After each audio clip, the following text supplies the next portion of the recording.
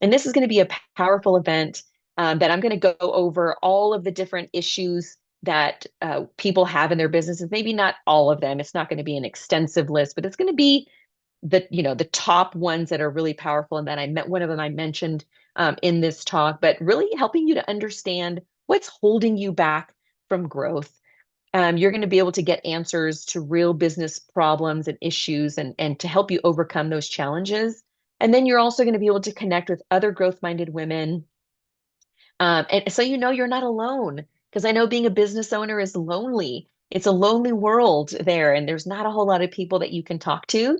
And so being around a group of like-minded, growth-minded individuals, entrepreneurs that are women, there's freedom in being able to come to the table, share those challenges, learn and grow with each other.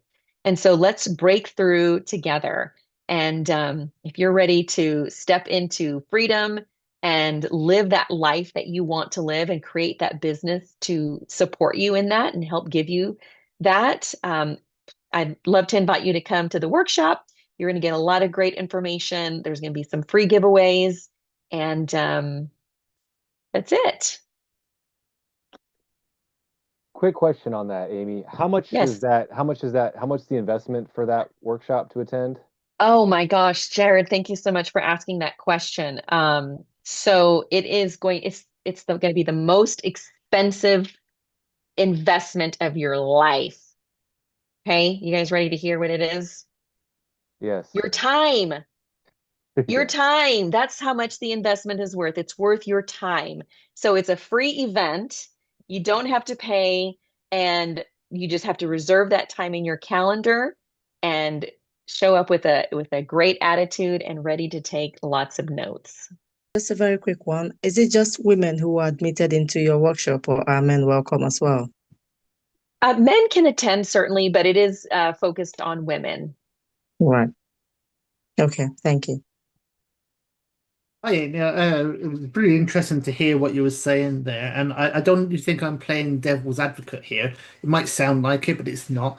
But what are the qualities that you're finding that differentiate women from learning about doing this type of business and setting up their business and running it compared to men? So that's a great question. I'm so glad you asked. For women, and this is not everybody certainly, but most women that I work with have families, they have children that they're managing. Their household is something that they're managing and managing a business at the same time. Some women are married and are trying to get pregnant, but are not pregnant yet. And so there are certainly differences in terms of just a woman's perspective and being a mom, being a wife, managing schedules and things like that, that definitely play a role in their day to day and how it affects their business. And sometimes, they have specific questions about, Amy, when I'm working, I'm thinking about my children and I feel guilty because I'm not with them. And when I'm with my children, I feel guilty because I feel like I should be working in my business and I'm not. I'm with my children. So that's a common one that I hear with women. That's probably one I should have shared since I'm Mhm. talking about women. So I'm glad you shared Yes. that. But in terms of characteristics, I think men think differently than women do. And I think both people have positive characteristics. They're just a little different in how they apply and how they think through processes and systems. And you have to do what works for you and what makes sense with your leadership style. So we kind of come along and help co-create that with them, with what fits their goals and their lifestyle. And so they truly can create a business that gives them the personal life they want.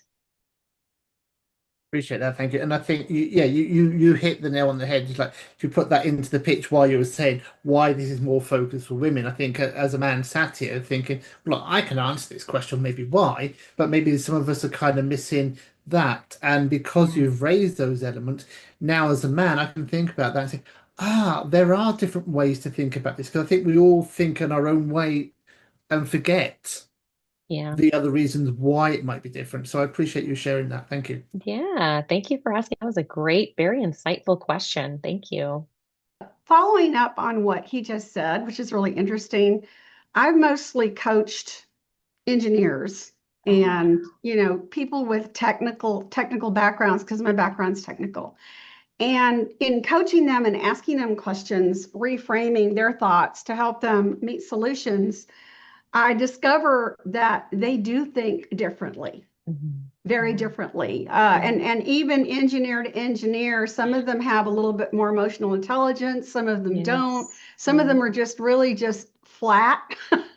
And so coaching them as a female with a technical background, I have some intuition that I can provide them to help them develop some soft skills that they don't have.